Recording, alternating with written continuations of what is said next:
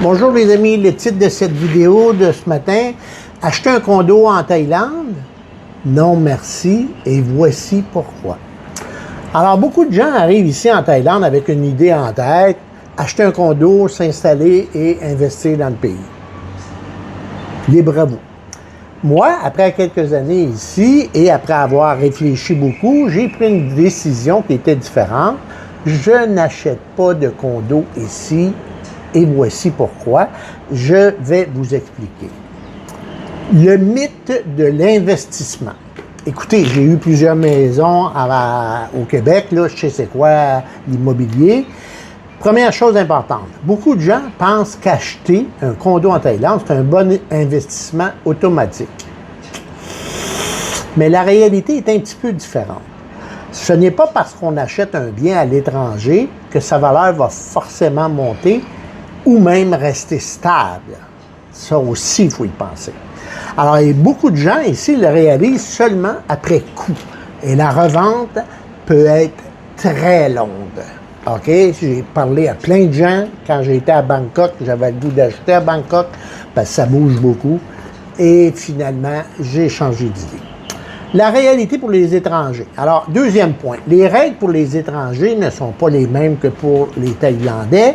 Oui, on peut acheter un condo en Thaïlande, mais avec des conditions précises. Je ne rentrerai pas dans tout le détail, là, mais bon, si vous voulez plus d'informations, on pourra en discuter en commentaire. Et surtout, on n'a pas le même contrôle qu'au Canada ou ailleurs sur certains aspects du marché immobilier. Donc, déjà, tu n'es pas dans une situation totalement simple ou flexible. Après ça, il y a les coûts cachés après l'achat du condo. Il y a bien sûr le prix de l'achat, mais ce n'est pas tout.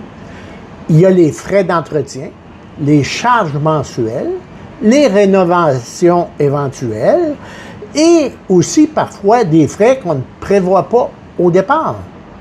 Parce qu'il y a beaucoup de condos qui ont 10, 15, 20 ans et ils vieillissent et il faut les réparer. Alors, quand tu additionnes tout ça, ça devient un engagement qui est sérieux. Et moi, j'ai choisi le choix de la flexibilité. Alors, à un moment donné, je me suis posé une question très simple.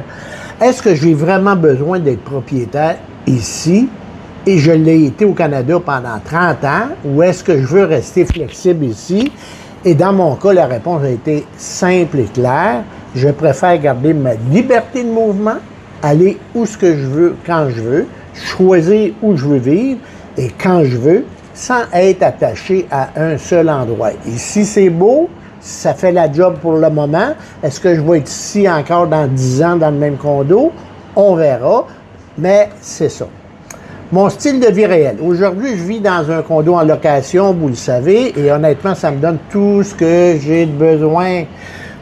Pas de stress de la revente, pas de gestion à long terme. Si j'ai un problème, je descends en bas, on le répare, pas de trouble, pas d'engagement lourd, je paye à tous les mois. J'ai signé un bail de 2 ans avec un escompte. Juste une vie simple et adaptable, tout simplement. Donc, je ne dis pas qu'acheter un condo en Thaïlande, c'est une mauvaise idée, là. Loin de là, là. OK? Libre à vous de faire vos calculs et de faire vos démarches et de voir à quel endroit, etc. Parce qu'il y a plusieurs endroits où on vous vend du rêve ici, là, la carte postale sur le bord de la mer, etc., etc. Mais faites attention. Mais dans mon cas, avec mon style de vie, mes priorités et ma vision des choses, ça ne fait pas de sens d'acheter, donc je préfère rester locataire, mais libre. Ça, c'est important, OK? Donc, et toi, tu ferais quoi si tu vivrais ici? Achat ou location? Marque-les dans les commentaires, mon ami, et à la prochaine vidéo.